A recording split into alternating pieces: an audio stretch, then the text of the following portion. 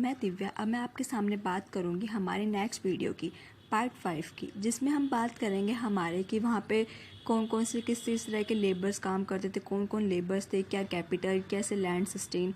अब हम इस बारे में बात करेंगे। पिछली वीडियो में हमने अपने बात की थी कि ग्रीन रेवोल्यूशन के बारे में, ग्रीन रेवोल्यूशन क्या था, उसके एडवांटेज डिसएडवांटेज, थोड़ा सा इसके अंदर थोड़ा सा और है ग्रीन रेवोल्यूशन को। तो हम बात करते हैं सबसे पहले हम अपनी स्टार्ट करते हैं अपनी वीडियो को। हमारा इसमें पार्ट है कि will the land sustain. Sustain का मतलब होता है क्या वो ऐसे ही कंटिन्यू रहेगा, क्या वो ऐसे ही बनाए रखेगा।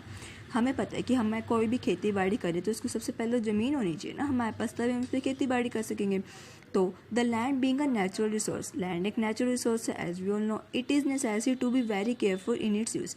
क्या हमें पता है कि हमें इसको बहुत अच्छे तरीके से, बहुत नेसेसरी है कि हम इसको केयरफुली हम इसको यूज़ करें।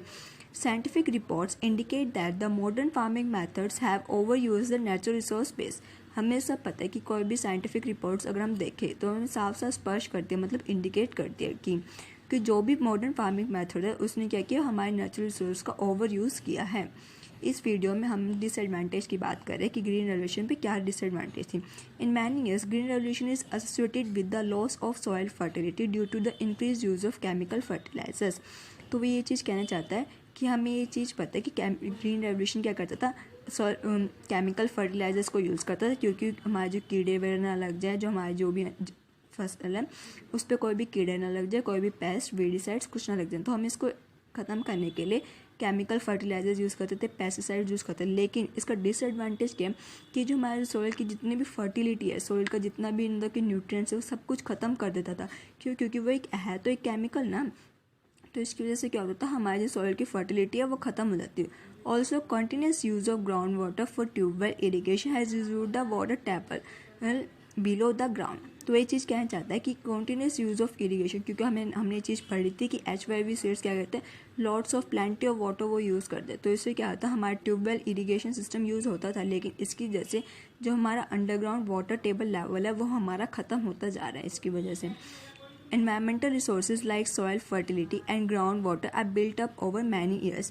तो ये चीज़ कहना जाता है environmental के जितने भी sources है like soil fertility, groundwater are built up over many years। Once destroyed, it is very difficult to restore them। We must take care of environment to ensure future development of agriculture।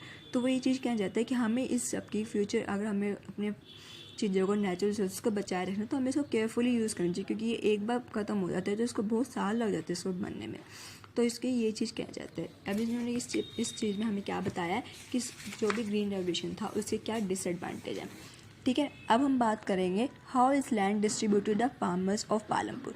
तो ये चीज़ कहना चाहते हैं कि अब हमारा जो farmers थे पालमपुर के, उसके अंदर हमारी जो ज़मीन थी, जो पालमपुर की जितनी भी ज़मीन थी, जितना भी बड़ा वो विलेज है, उसकी जितनी भी ज़मीन थी वो कैसे फार्मर्स के अंदर डिस्ट्रीब्यूट थी। वहाँ पे जो खेती बाड़ी कितने परसेंट की जाती है, 75%, जो कि हम पढ़ चुके हैं हमारे इंट्रोडक्शन के अंदर। तो अब वो 75% ऑफ जो लैंड है वहाँ की खेती बाड़ी के लिए वो कैसे डिस्ट्रीब्यूट किया गया था फार्मर्स के बीच में। You must have realise that how important land is for farming. हमने ये चीज़ पढ़ ली कि लैंड कितना इंपॉर्टेंट है।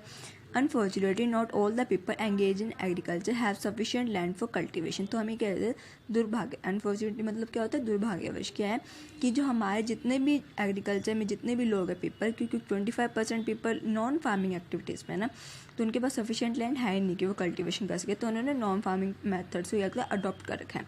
In Palampur about 1/3 of the 450 families are landless. तो ये चीज़ कहना चाहता है कि पालमपुर के अंदर 450 फैमिलीज क्या थी, लैंडलेस थी। That is 150 families, most of them Dalits have no land for cultivation. हमने चैप्टर के इंट्रोडक्शन में पढ़ा था कि जो उसमें 1/3 जो हमारी वो फैमिली थी वो कौन सी थी, SC ट्राइब्स की थी, जो क्या कहता है जिनके पास कोई भी लैंड नहीं था अपनी खेती बाड़ी के लिए, कोई भी लैंड नहीं था उनके पास कि वो कल्टिवेशन कर सके।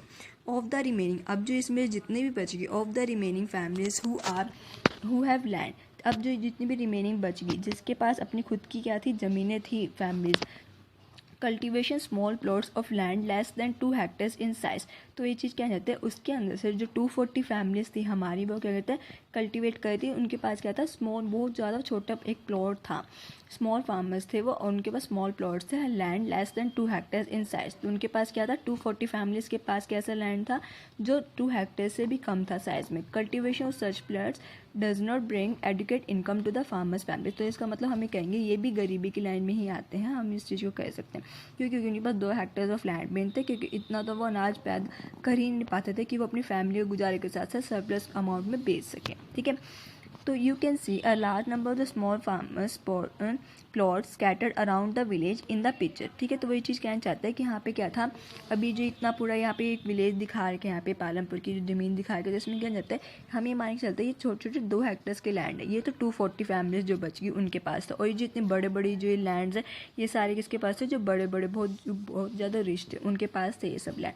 तो वही कहना चाहते हैं ये इतनी सी ज़मीन पर कितना अनाज उगा लेंगे। तो वही चीज़ कहना चाहते थे, वो क्या कहते हैं अपनी फैमिलीज़ को कहते हैं सिर्फ गुजारा लायक ही कर पाते थे। तो these are cultivated by small farmers. तो ये क्या कहते हैं, ये जो कल्टिवेशन थी किसके की जाती है, यहाँ पे स्मॉल फार्मर्स इनको कहेंगे, जिनके पास स्मॉल प्लॉट्स थे वो स्मॉल फार्मर्स में आ गए। इनके पास कितनी ज़मीन थी, 2 हेक्टेयर्स की इतनी ज़मीन थी।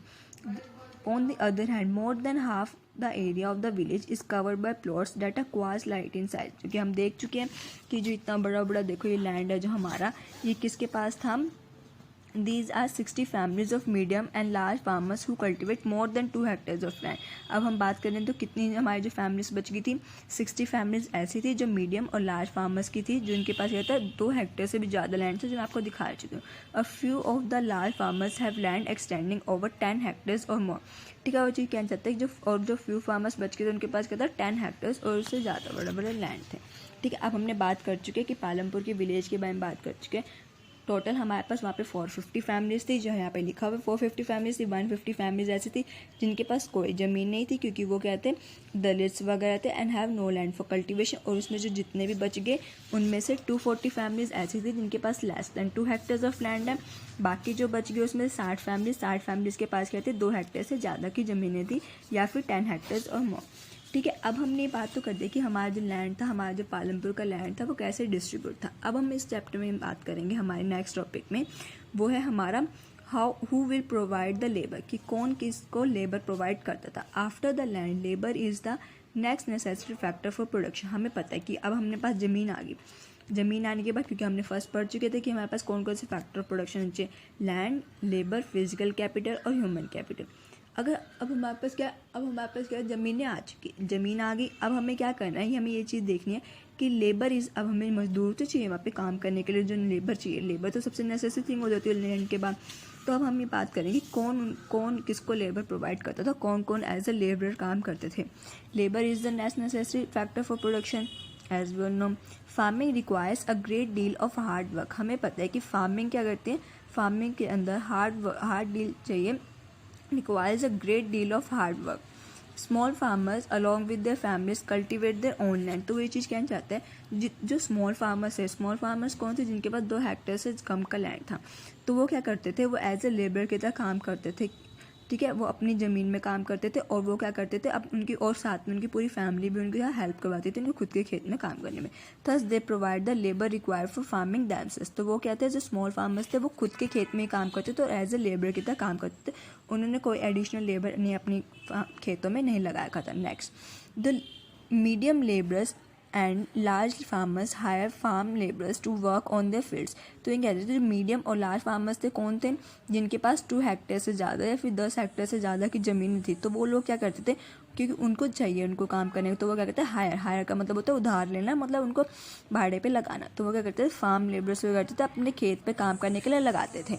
Farm labourers come either from the landless families. तो वो एक चीज़ कहना चाहते हैं कि जो फार्म लेबरर्स थे या तो वो कहाँ से आते थे, या तो उनका लैंडलेस फैमिली से आते थे, मतलब जो 150 फैमिलीज थी ना दलित्स SC STs की, क्योंकि उनके पास खुद की जो कोई ज़मीन नहीं थी तो वो एज ए मजदूरी काम करते थे ना, वो दूसरे की जो मीडियम और लार्ज फैमिलीज के थे। और फार्मर्स कल्टिवेटिंग स्मॉल, या फिर कौन से फार्मर्स यहाँ पे काम करते थे उनकी ज़मीन पे, या फिर जो स्मॉल फार्मर्स है जिनके पास स्मॉल प्लॉट्स हैं, डेट इज़ 2 हेक्टेयर से कम की उनके पास ज़मीन है। Like farmers farm labourers do not have a right. ठीक है, तो ये क्या कहते हैं, जो फार्म लेबरर्स थे ना उनके पास कोई ऐसा राइट नहीं था crops grown on the land instead they are paid wages. तो ये क्या जाते हैं, उनके पास कोई अधिकार नहीं, क्योंकि उनके पास खुद की ज़मीन तो है नहीं, वो तो एज ए लेबर की तरह काम करते, तो उनके पास कोई अधिकार नहीं था कि वो अपनी कहते हैं ज़मीन पे अनाज वगैरह उगा सके। Instead they are paid wages by the farmers. तो वो क्या चाहते हैं, तो इसके बदले उनके क्या जाता था, पेड वेजेस पे की जाती थी उनको bye the farmers for home they work. ठीक है, उनको क्या किया जाता था, उनको वेजेस क्या थी, पेड की जाती थी। मतलब उन्होंने आज जो काम किया उसके अकॉर्डिंग क्या करता था, उनको जो उनका जो भी वेतन बनता था, उनका जो भी चीज़ बनती थी उनके रुपयों की, तो उनको वो चीज़ दी जाती थी। तो वेजेस कैसे पे करते, या तो उन्हें कैश में पे कर देते या फिर कोई काइंड लाइक जैसे उन्होंने जो थोड़ा बहुत काम किया, लाइक किसी औरतें भी तो काम करते हैं ना वहाँ पे खेत में, तो लाइक उन औरतों ने अगर कुछ भी कोई काम किया तो उन्होंने क्या किया, जो भी उनके बदले उन्होंने काम किया उसके बदले उन्होंने कोई सब्जी वगैरह दे देते, घिया वगैरह, मतलब जो भी खेती बाड़ी करते तो उसके बदले कोई क्रॉप वगैरह दे देते या फिर कैश में दे देते। समटाइम्स लेबर्स गेट मील ऑल्सो, तो कभी कभी क्या होता था, वो उनको एज ए मील भी प्रोवाइड करते थे। Wages vary widely from region to region. तो वेजेस किस पे डिपेंड करती थी, वो कितने रीजन टू रीजन, मतलब वो कितनी ज़मीन पे काम कर रहे हैं, क्रॉप टू क्रॉप मतलब वो किस क्रॉप पे काम कर रहे हैं, from one farmer activity to another, like वो कौन सी एक्टिविटी कर रहे हैं, लाइक सोइंग का काम कर रहे हैं, हार्वेस्टिंग का काम कर रहे, तो वो इन सब चीज़ों पे इनकी क्या थी, वेजेस डिपेंड करती थी। There is also wide variation in the duration of employment. ठीक है, तो ये क्या जाता है, जो उनकी एम्प्लॉयमेंट थी उस पर कहते हैं वो एक वाइड वेरिएशन थी, मतलब जो उनकी वेजेस थी उसके सिस्टम था कि वो कितनी ज़मीन पे काम करते उसके हिसाब से उन्हें पैसे मिलते थे, कि वो कौन सी एक्टिविटी कर रहे हैं, कौन सी क्रॉप पे काम कर, तो उसके अकॉर्डिंग उनकी वेतन मिलती थी। A farm labourer might be employed on a daily basis. ठीक है, ए फार्म जो भी लेबरर थे इनको ये कहते हैं, इनको डेली बेसिस पे मिल सकता था या फिर उन्हें particular farm act like harvesting for the whole year. ठीक है, तो उनको मजदूरी काम करने के लिए कभी कभी होता था कि भाई सीज़न के अकॉर्डिंग भी काम करना पड़ जाता था उनको, या फिर डेली बेसिस पे, या फिर हो सकता है वो पूरे साल काम करते रहे। ठीक है, तो यहाँ पे एक स्टोरी बता के थी दाला वर्किंग। तो दाला क्या था, एक लैंडलेस फार्म लेबर था who works on daily wages in Palampur. This means he must regularly look for work.